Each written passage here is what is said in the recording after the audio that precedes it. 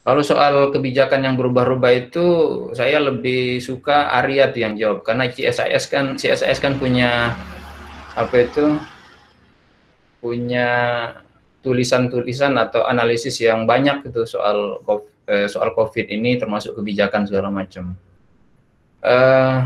Nah, tapi ada mungkin 4 atau 5 poin ringkas yang ingin saya sampaikan.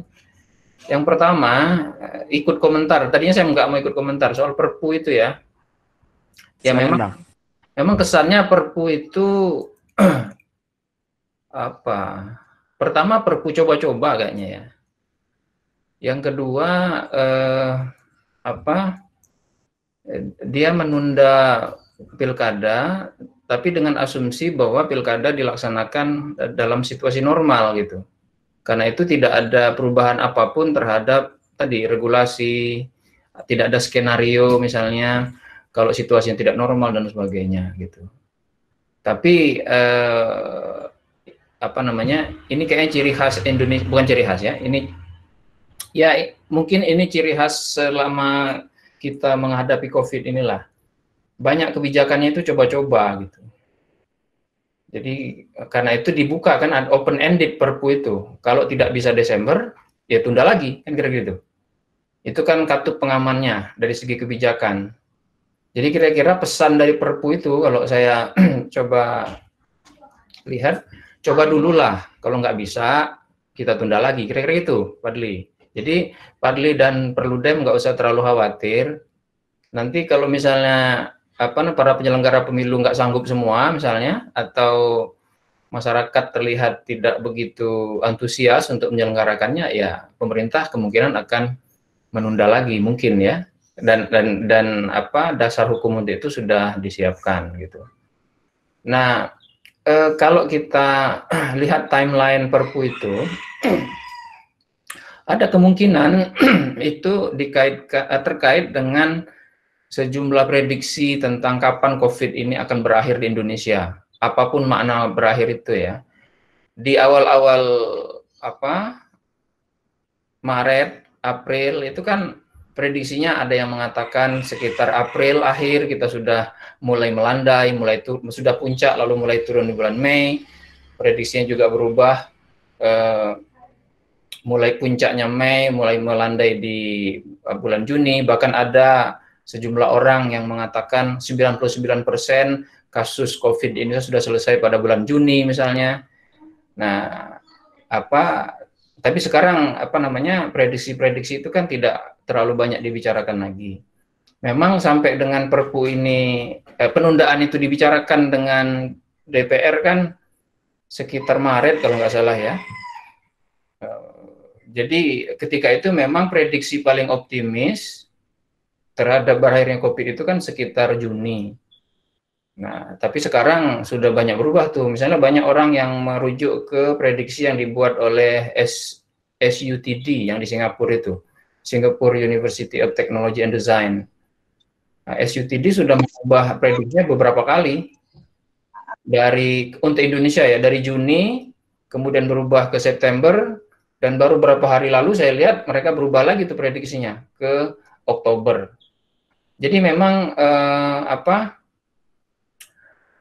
saya setuju bahwa memang asumsi dasar yang harus kita punyai pada saat ini, kalau memang mau melaksanakan pilkada pada Desember 2020, itu berarti asumsi dasarnya pilkadanya di tengah pandemi, nggak bisa lain. Karena itu syarat utamanya adalah menyiapkan segala keperluan untuk tadi tetap sehat, tapi pilkadanya jalan gitu. Nah, teman-teman dari segi tantangan utama itu antara lain dari segi teknis itu kan, dari segi teknis. Jadi kalau kita lihat dari segi teknis penyelenggaraan akan sulit sekali itu untuk dilaksanakan. Tapi lagi-lagi kan pilkada itu pesannya coba dulu kan. Kalau misalnya nggak bisa kita tunda lagi, kira-kira gitu. Jadi nggak terlalu masalah tampaknya. Lagi saya mau komentar. Jadi kira-kira kita mau pilkada dalam suasana berdamai dengan COVID-19 kan gitu. Kalau saya secara bergurau suka mengatakan begini, ya oke, kita berdamai dengan COVID-19, tapi pertanyaannya si COVID-19-nya sudah setuju nggak damai sama kita gitu. Jangan-jangan dia belum setuju gitu. Kalau dia belum setuju ya repot kita. Itu poin pertama, mungkin sekedar komentar. Yang kedua, saya kira penundaan pilkada ke Desember 2020 ini tidak terpisah, tidak terlepas dari cara pandang atau strategi dasar dari bagaimana ini poin kedua yang saya sampaikan, cara pandang atau strategi dasar bagaimana negara, dalam hal ini pemerintah, menghadapi krisis COVID-19 ini atau pandemi COVID-19 ini. Kan kalau kita bagi itu, banyak negara itu ada yang tidak terlalu peduli dengan COVID-nya, lebih fokus pada ekonomi gitu. Jadi ekonomi first, COVID itu belakangan, karena bagaimanapun kita tetap harus hidup. Yang kedua itu adalah ada prioritas gitu. Kesehatan diprioritaskan minimal untuk sementara waktu, baru kemudian kita mengurus ekonomi dan aspek-aspek lain gitu. Nah, yang ketiga itu dua-duanya dijalankan. Kita Indonesia ini kan berdebat di antara yang kedua yang ketiga. Apakah kita bikin prioritas kesehatan dulu, baru minimal untuk sementara waktu, baru ekonomi, lalu kemudian apakah dua-duanya gitu. Nah, tampaknya itu tadi kalau bahasa Uda Fadli itu gamang gitu antara dua pilihan itu. Kalau negara seperti Cina, Selandia Baru, Spanyol, kemudian beberapa negara bagian di Amerika seperti New York misalnya, itu mengambil opsi yang kedua, prioritaskan kesehatan dulu, tapi konsekuensinya lockdown kan gitu. Nah, kita kan sudah panjang berdebat soal itu, kita tidak milih itu. Yang kita pilih kemudian adalah kompromi antara tetap berusaha menyelamatkan kesehatan, tapi pada saat yang sama tidak bisa juga meninggalkan ekonomi sepenuhnya walaupun untuk sementara waktu. Sementara waktu itu bisa 2 minggu, bisa sebulan, bisa 2 bulan dan sebagainya. Nah, itu yang tampaknya yang terjadi saat ini, kegamangan antara dua hal itu. Dan memang ya pemerintah tampaknya tidak serta-merta dengan cepat menegaskan pokoknya kesehatan dulu baru ekonomi gitu.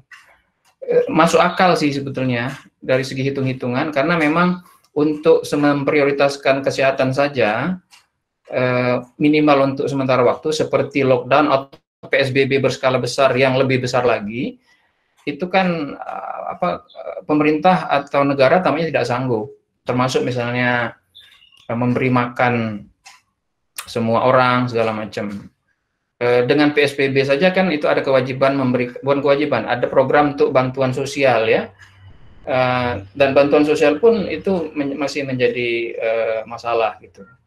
Jadi akibatnya kemudian aspek-aspek yang terkait dengan aktivitas masyarakat seperti pilkada itu diintegrasikan ke dalam pendekatan bahwa ya kita harus menjalankannya bareng-bareng. Nah, itu sejalan dengan perkembangan akhir-akhir ini saya lihat bahwa ada tampaknya wacana untuk tanda kutip ya melonggarkan, dalam bahasa yang lain itu berdamai dengan corona itu makin kuat sekarang.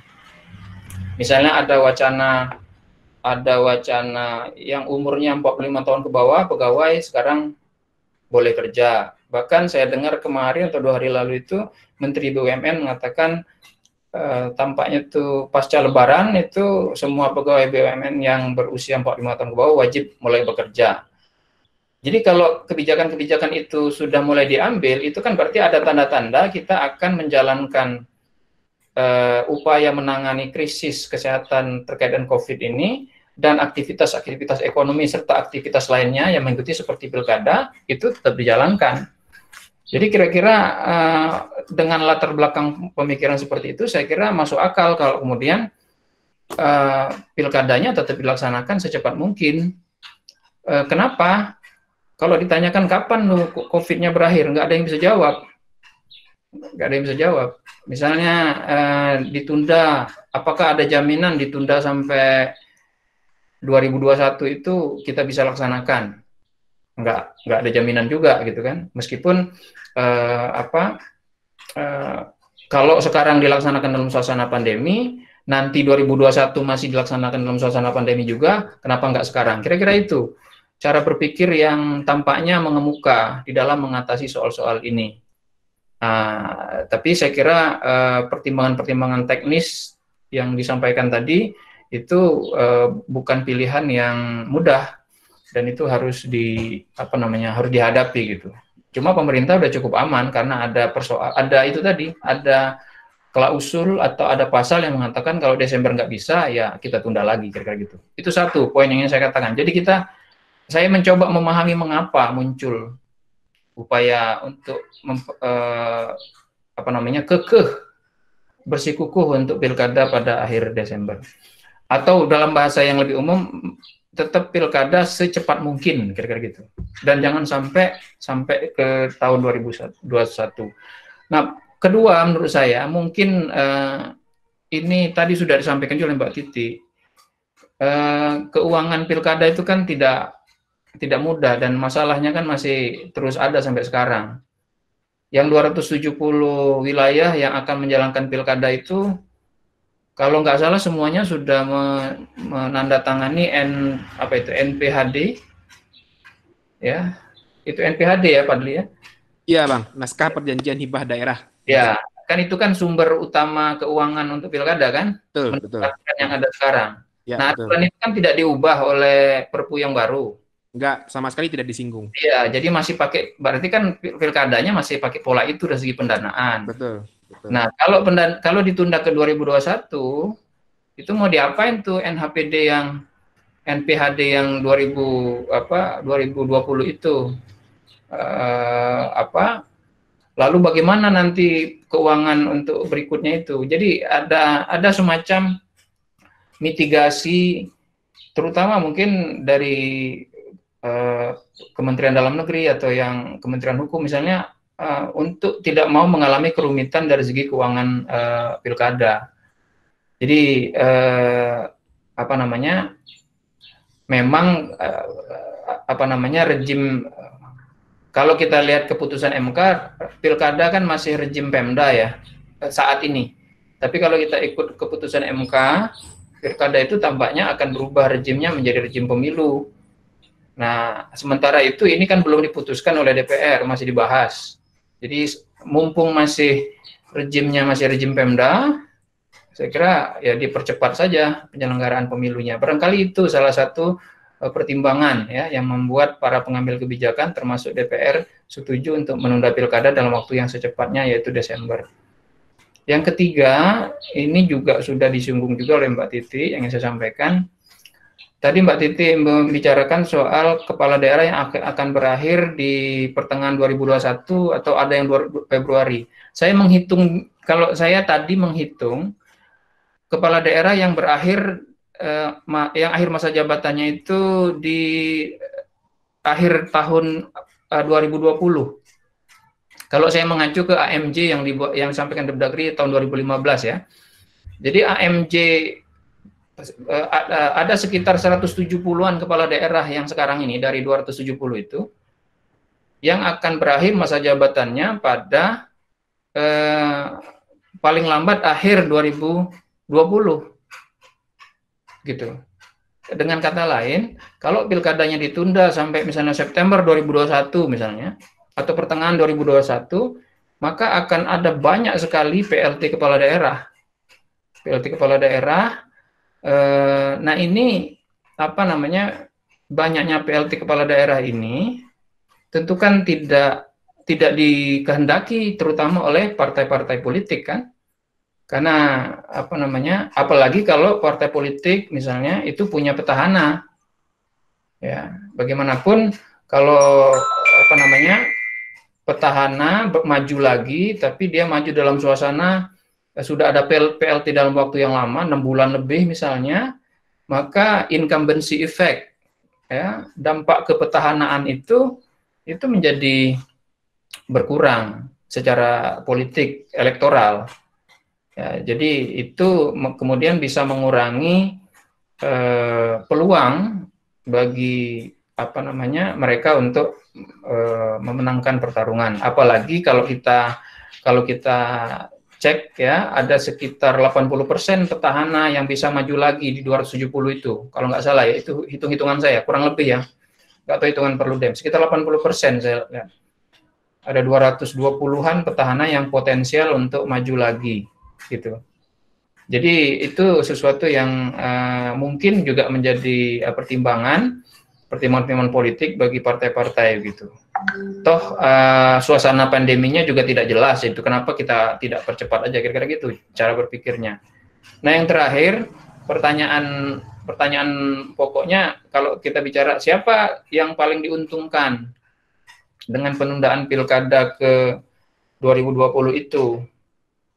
Pilkada 2020 di Desember itu berarti kan pilkada dalam suasana pandemi. Ya, itu saya kira tidak bisa utak-atik, memang masih pandemi gitu. Sekalipun katakanlah misalnya kurva kasus positif COVID-19 itu sudah mulai menurun pada bulan Juni misalnya, maka itu tidak berarti berakhir kan. Padahal kalau sekarang kita lihat belum ada tanda-tanda dia menurun, melandai iya, tapi menurun belum. Di semua daerah, bahkan di sejumlah daerah itu naik, termasuk di nasional ya. Jadi dengan kata lain, siapa yang bisa tampak, siapa yang paling diuntungkan kalau pilkadanya Desember? Ya jawabannya ya petahana, nggak ada yang lain, petahana. Kenapa? Karena dalam suasana pandemi, calon-calon yang menjadi potensial lawan petahana kan nggak bisa bergerak. Masa mereka kampanye misalnya dalam suasana seperti ini, sosialisasi, mohon doa restu, saya mau maju pilkada, kan itu akan digebukin orang gitu. Orang lagi sibuk ngurusin nyawa, ya mereka malah sosialisasi kampanye gitu. Jadi yang bisa terlihat terus-menerus oleh masyarakat, ya petahana. Ya, tinggal bagaimana petahana itu bisa menghandle, apakah dia bisa tampil dengan baik gitu, dengan baik atau pura-pura baik di hadapan masyarakat dengan bantuan sosial dan sebagainya itu. Jadi petahana lah yang sangat diuntungkan dengan penundaan kalau sampai Desember 2020. Lain halnya kalau misalnya penundaannya nanti lebih lama, Juni misalnya 2021, maka banyak petahananya nggak ada lagi di kekuasaan. Sehingga mereka tidak bisa lagi tampil sebagai petahana, memberikan bantuan sosial, tampil sebagai pemimpin di masa krisis dan sebagainya. Nah, hukum elektoral hukum besi elektoralnya itu, formulanya itu di masa krisis biasanya pemimpin yang sedang berkuasa itu cenderung akan dievaluasi positif oleh masyarakat, kecuali kalau dia buruk banget. Ya, dia tampil biasa-biasa aja, tidak terlalu buruk, itu masyarakat cenderung akan bersimpati. Ya, nah, beda kalau ditampilnya buruk banget seperti Donald Trump di Amerika misalnya, itu tampilnya buruk banget. Jadi susah dia untuk, paling tidak dari segi hitung-hitungan elektoral sekarang, untuk meraih simpati.